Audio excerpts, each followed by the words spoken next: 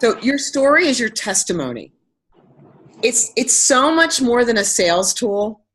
And if you can really start to think of it as significantly more than a sales tool, because this is the way you're going to inspire other people. You're going to show them what's possible through your story. They're going to live through your experience and insert themselves in your story. And so it's so important. It's foundational. I mean, Eric Worre at one point said, whoever holds the pen has the biggest check in network marketing, which means the person who's the most comfortable presenting. But foundational to being able to present is having your story, really owning your story. And we do the weirdest thing.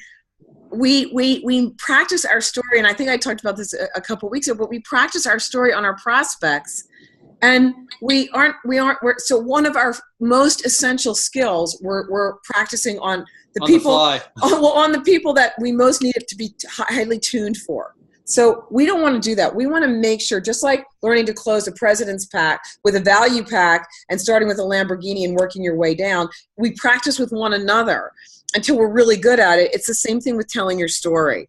So this is like a really key thing. You know how we always struggle in Isagenix what do we say when people ask you what you do for a living? Has anybody else experienced that? It's like, what exactly do you say? How do you say it? Eric Worre said, always say, let me tell you my story. It's genius, you guys. You got to really get this because it's so good. Powerful. Let me tell you my story.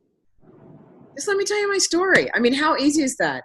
And so let me ask you, how many of you, mainly when you're sharing how many share your story all the time? Or regularly? Okay, you should be. Every hand should be up and flagging. But how many share a product story? Almost exclusively. Right. And throughout Isagenix, that's what you're going to see. Mostly people, when they're sharing their story, they're sharing a product story first. And so, or only.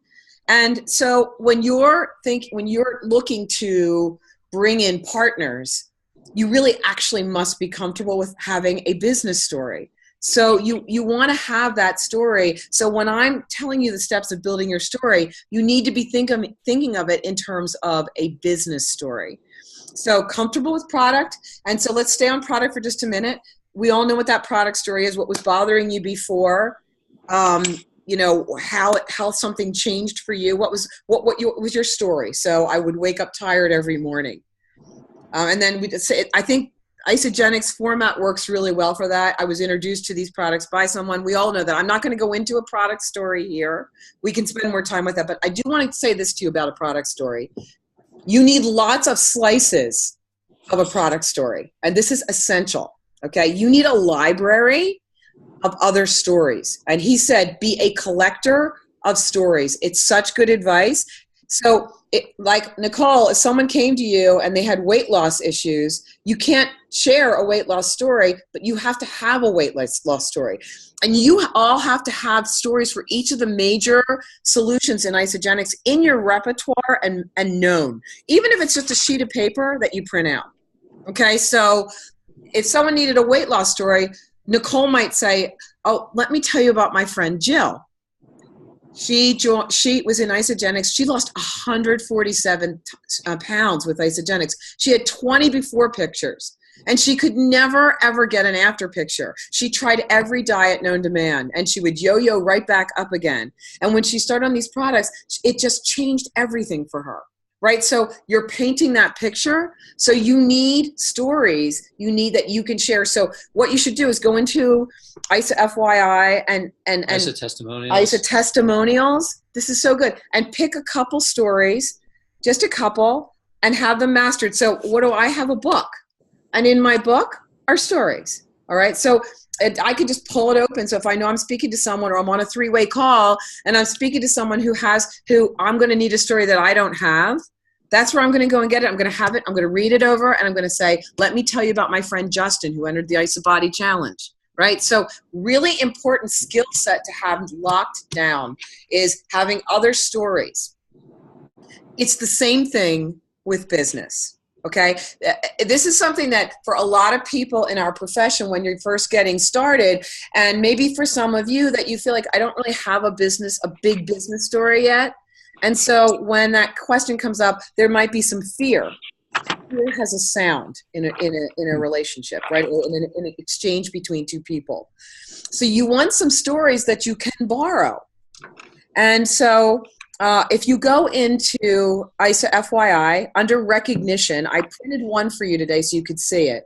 But they also even have these quick snapshots, Lynn Hagedorn's story, Susan Sly's story, and it's exactly what you would need to tell a story.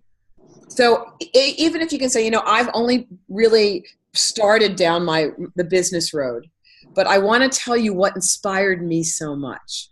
Let me tell you the story of Lynn Hagedorn and Michael Klaus.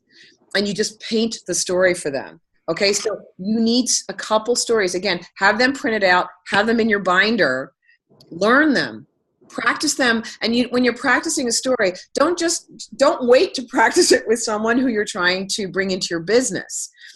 Practice it with your friends. It's a great thing right now when we're going for 20 and 30. Get on with your friends and say, look, I'm so excited. I started this business. Even for some of you, I've been using products for the products. First, I had this amazing product experience. I took a closer look at the company, and I realized that their opportunity and their income plan was as strong as their product solutions. And I'm just really rocking into it now. And what I want to do is I'd love to practice my business story on you. All right. And use it as a way to open a door. I'd love for you to share. I'd love to share with you what I've learned so far. Would you mind if I practice my story with you? Okay. So get that format down so that you are practicing it as much as possible. Practice it with your friends. Practice it with your family. Practice it with your spouse. Practice it with your downline. And what we're going to do after tonight is we're gonna match you. We're going to put a little page up on influencers where you're going to have 3 chances to tell your story with each other. Okay, so in a nice, safe environment, we've matched you with people that aren't, that randomly we put names together. So you're going to have 3 shots, and you're just going to grab each other, pick up the phone, and share your story with each other. Okay, so here's what matters. When you're putting your story together, think about when you share your story, you're starting with your background. Okay, so you heard Eric Worre talk about that a little bit, but I'd like to just do it a bit with you some more. So you need to say these words and get used to saying them, and you need to say them over and over and over again. And what you're going to practice right now is your business story. Okay, so it's your background. So think about, just tell me what's your background. So for me, I was an investment banker, period. Worked on Wall Street, was an investment banker. Kathleen, what would you say? Just your background. That's it. Oh, background, electrical engineer, corporate, solopreneur, business broker, and small business owner. Okay. Crystal, what would you say? What's your background? I've worked for Starbucks for 12 years at different levels of the company, and also have a small photography business on the side. Perfect. Perfect. So when you're presenting, you might want to pick one, you guys, just one, because people, their minds are going to get scattered. So you pick one that matches the person you're talking to. Nicole, what would you say? I work in clinical research with corporate America, the 9 to 5. There you go. Okay, so you see, you guys, it's just your story. That's it. That's the only thing you're saying in the beginning. I'm a teacher. Right? Or I'm a stay-at-home mom. It's just one thing. That's your background. And then the next thing is the most important part of your story. People relate to pain. Now, before we get into this a bit, what I want to say to you is your story is 30 to 60 seconds. Okay? So sometimes when people hear this and they're practicing it, when they're talking about their pain, it's 3 minutes. Okay? You might have, anybody who's trained with David Wood before, he says people, they don't really want to know your story. So you have to remember that they want enough to be able to see if they can relate, if it's going to be something that they can relate to. But also when you share the pain part of your story, that is where you build trust. It's where you're being vulnerable with someone else. It's really where you create the foundation of a relationship. And when you're vulnerable, I think it was PK who said flash first. When you're willing to be vulnerable, that other person, it opens the door so they're willing to be vulnerable with you. And what happens then is you have that foundation where you can move forward in the conversation in a deeper way. Okay, so that's what you're thinking about. So, you know, just I'm going to use what he said. He got more specific with us when we were at the Influencer Summit. So he said about a teacher. I loved being a teacher. I love being a teacher. I love my students, but no matter how good I get as a teacher, there's only so much my job in education is going to pay me. This is the pain part. The hours are crazy. There's not a lot of appreciation or recognition outside of education, in the inside of the education field. In fact, you get a lot of blame for other people's challenges. It's highly political, and you have to watch your back constantly. So if you're in education, you're also a little bit of a slave to your passion, and that was a problem for me. The system knows that I care so much about my students that I'm going to go out and buy extra stuff for them. So on a limited income, I'm still going to spend my money on my students. So they know that I love teaching so much that I do it even for less if I had to. So I end up spending my money on my kids. I don't feel like I'm really appreciated for it. And the problem is I love what I do. Right? So all of those things, I'm showing the pain.